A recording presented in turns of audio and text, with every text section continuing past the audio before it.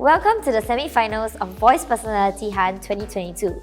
My name is Samantha and I'll be your host for VPH semi-finals.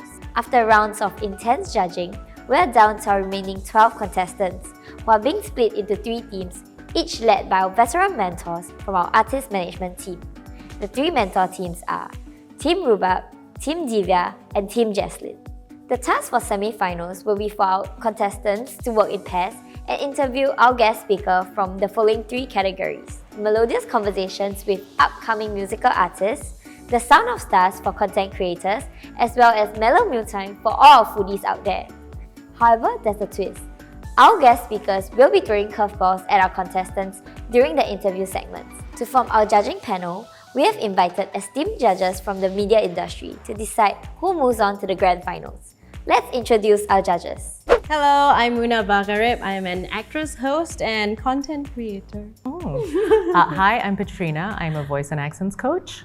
Hi, I'm Josh, and I am a fan of the 2 of them. That's why I'm actually here now. I'm a radio DJ. I work at Kiss 92.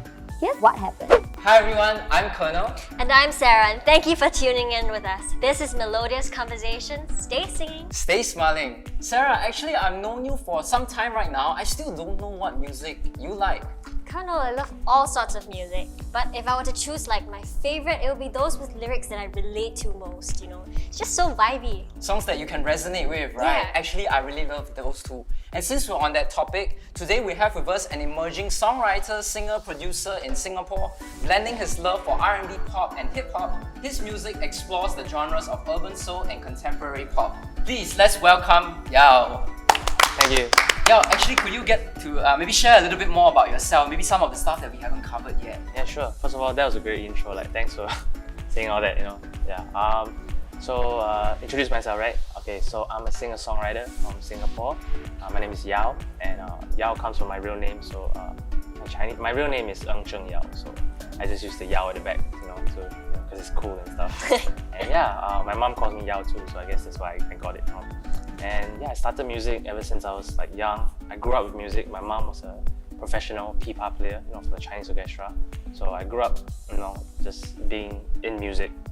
So as I grew up, you know, like I grew up a really insecure kind of kid. So even up till now, I feel like I'm quite insecure and like, you know, I don't feel like I'm cool and stuff. But you know, now it's better, like, you know, I got more confidence.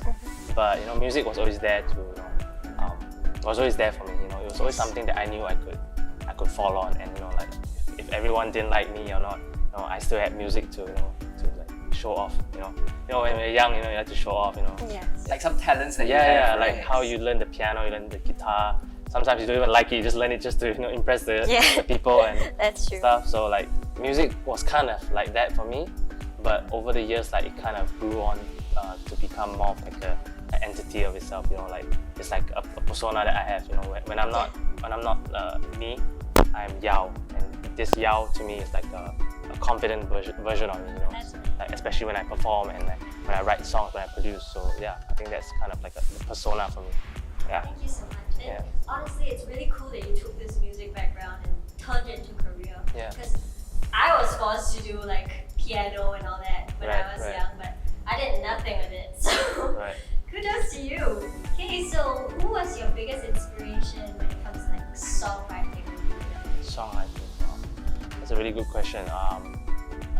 There's a lot of inspirations I grew up with. You know, I grew up listening to a lot of, you know, Chinese music, and I think I remember listening to a lot of Japanese anime music when I was young, like the Digimon songs, like Pokemon and stuff like that. So I listened to a lot of the, you know how those animes have the ending and opening songs. The theme song, The right? theme song. The Yeah, theme song. I literally grew up on those kind of songs, like Digimon, and there's this one anime called Shaman King or something. I don't know if you guys know. Bleach, One Piece, you know, all these animes. Like I literally grew up listening to all the songs, and yeah, over time, you know, because back then anime was like, if you watch anime, you're kind of like not the really cool person. Like you're like weird and like, you know, you're like a geek. So back then, you know, that was me, like, you know, I like those kind of stuff. But now today you see like how anime is like so huge, you know, everyone loves anime. Like when you say anime, like it's cool, it's like a cool thing to like. So yeah, I think right now it's the best time to, you know, to be yourself and just like whatever you like. And yeah. Any particular like singers? Particular or singers? songwriters? Damn, I kind of went on a tangent there, right? Okay, I really like this guy called Phil Collins. You guys have heard of Phil Collins? Yeah, but I'm Yeah. such a Yes, y'all know "You Be My Heart" by the Tarzan movie. You be my heart. Yeah. Yeah, so I grew up with a lot of Disney like soundtracks as well, like. And Wow, Phil- Sarah, this is in your league. I'm a man. Disney. Disney. She's nice. a Disney You're a fan. Disney head. She always introduces herself as I'm from Disney Channel. Yeah, that's her way to Yeah, describe herself. Nice. Yeah, I love the Disney songs wrote by this guy. His name is Phil Collins. He's still one of my favorite like songwriters out there. And yeah, there's so many like I can name, but like I think Phil Collins, like all these are like inspirations of mine. Yeah. And did you ever think to yourself, one day I'll be like them? Always, I always want to be like, have my music to be like remembered by everyone, and I think that's one reason why a lot of musicians do music in the first place. We want our art to be remembered and like a piece of us to be there, to be like appreciated. Because sometimes in real life, we just don't get appreciated, and true music is where we get like the wows and this is something you feel like you're loved through music. So I think I think maybe compared to Phil Collins, what do you think distinguishes you compared to these artists that you look up to? I would say actually I would say like we're not so different in that sense, because like I tend to copy like whoever I admire, so like I like Phil Collins, so I kind of copy the way he writes and the way he sounds. Even like I think copying is like the best way of like flattery, And also the best way to learn. Yes, as a correct, writer, I always refer to the books that I really exactly. enjoy to try and create my own style as well. Yeah, because through that you find your own like interpretation of it. So I think that's a good way to approach music and whatever you do, whatever passion you choose. Yeah, actually, since we're on the topic of interpretation, music is widely interpreted differently based on who listens to it, right? Maybe we could talk about your newest album, Road Pop Kids. Actually, my favorite is Scenery. And nice. I found it so interesting that you described to love someone like Scenery. Maybe you could share a little bit. What were you trying to evoke the message? Nice. I mean, that track is like my OG track, Yeah. It's quite a while ago. And only now it's kind of like blowing out and people are like noticing it. And like back then when I was writing Scenery, like honestly, nobody like listened to it. Like when I first put it out, not a lot of people listened to it. So it's nice to know that right now people are like, finally giving it a chance to listen. And yeah, I think the reason why I wrote Scenery was because like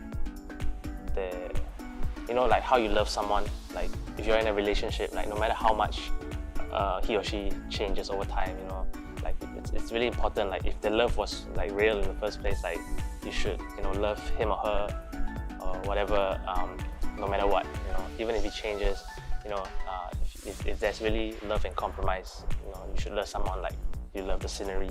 Like scenery changes, but in the end we're still like in that place, so we gotta appreciate it. So like the unchanging love you have for someone that might change over time. Yes, yeah. Oh, so okay, that's very that's how I interesting. wrote that song. Yeah, and it's quite crazy how I thinking back about it, like how I used to write songs like that. Like I feel now I've changed my songwriting approach. So like now it's a bit more like I would say right now what I'm feeling like at the moment as an artist. Like so whatever you hear in the album is literally what I'm going through right now. Like you're reading a story of who I am as an artist and what I go through. So yeah, so Scenery was really like a joyful song, I would say. Right now maybe I'm in a different space in my life, so that's kind of like how I want to put my art out there. Yeah. So correct me if I'm wrong, you get your inspirations from the environment you're in. Oh yeah. My life, I'm sure all of us do that, in our art. It's just how we approach it and how we go about it. Yeah. So my favorite personally from the album is I Can't Sleep. I love that song. Really, it's so... It's my own song. Yeah, I you love can it. love your own song, Yeah, that's right. You have to. Yeah, so it's really so like catchy. Not just that, Thank you. I really love the lyrics and the meaning behind it. I read one of your interviews online. It's about the anxiety that Singaporeans face, and struggling to like keep up with this fast-paced environment. Yes. Share a little bit more about this inspiration behind this song Right. and maybe the album as well. Right, I think I Can't Sleep was really the start of something that I really wanted to say in my art. Like when I first started signing with the major labels, UMG, that was my first song actually released under them. So I really wanted to make a statement and like to tell a story of the unheard kids who are out here really like struggling to go through life and like struggling to sleep even. So like I knew like this song would do well because it was like so brain dead. I can't sleep. You can't explain it any further. So I think it's a really like pure emotion. So yeah, the song was really like it's quite a ride for me to write. I think the song, in expressing yourself, it also lets us as listeners resonate, and I think that's why we really appreciate songs like that. Right, because right. you are vocalizing some of the feelings that we already have. And yeah, that's very nice of you. Right. That's Thanks. particularly why I picked up this song. I really Nice. liked it. Yeah, that's great. Like, I'm glad like people relate to it. That's the most important thing. Because like honestly, like growing up here is such a ruthless like place to grow up in. I mean, ruthless not in a bad way. It's more of like We get what- I think you know what we I get mean, what right? you It's mean, just yeah. like that's the black and white. But the grays are always ignored. So I think like for a lot of us, like we are the gray. Like we our voices are not loud enough. Like people like me, someone who feels like they're not confident or they don't belong anywhere. Like I think that song I Can't Sleep is a great song for them to just just say like, hey, I'm here, and you guys have to hear me.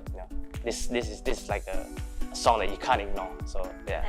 I think all your songs really make a statement in terms of the messages that it's trying to bring out. And I think similar for myself, the books I write, they want to bring out a message that maybe I felt or I want to tell. I'm pretty sure it's the same for Sarah when she script writes as well. Yeah. So Carol and I have a little something to relate to with Yes. regards to the art scene. We're all kind of like trying to get our way through the art scene. So Okay. maybe there's some common stereotypes about the art scene. You want to talk about the challenges you face as an artist in Singapore?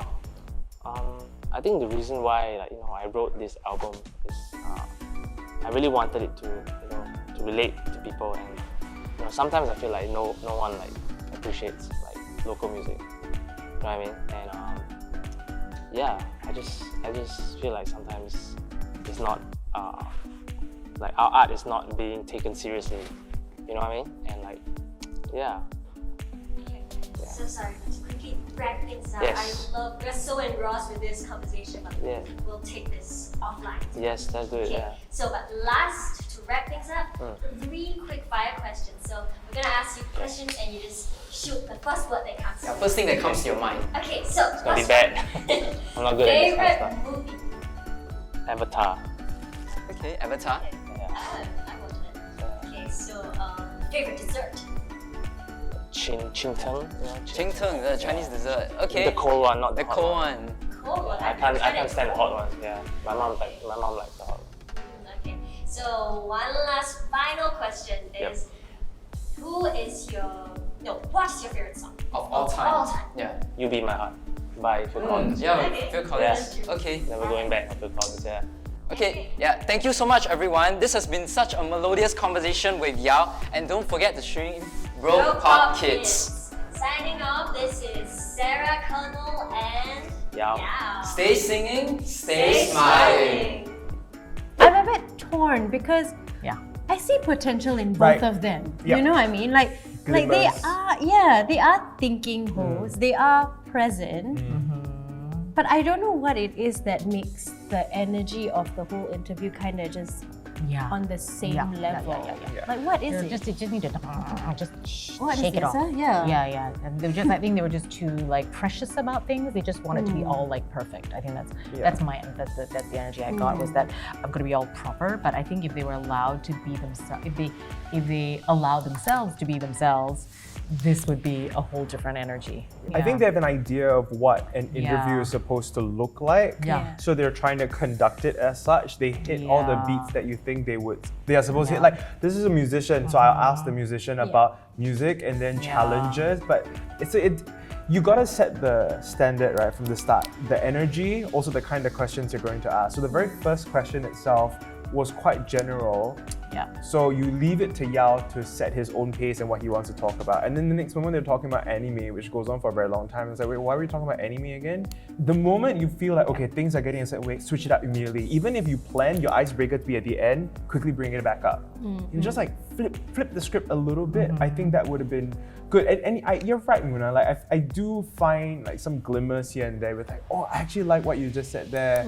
You know, with relating to the art scene where like, you know, I'm trying to write, she's trying to write as well, we're going through all this, but then it went back to, oh yeah, but the question is supposed to be...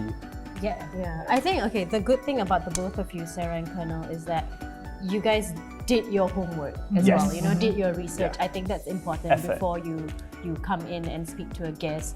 So, and I like that at some points they link back what Yao said to the next question. So it shows that you are trying to engage in a conversation. But yeah, like you both said, I think you need to steer the conversation and be aware of what's happening with the interview. Like you have a plan, but I always feel the mark of a good host is when you can just like throw this away and just roll with it, because once you go in, like things can change and things can screw up and you just need to be on your feet all the time. Very present.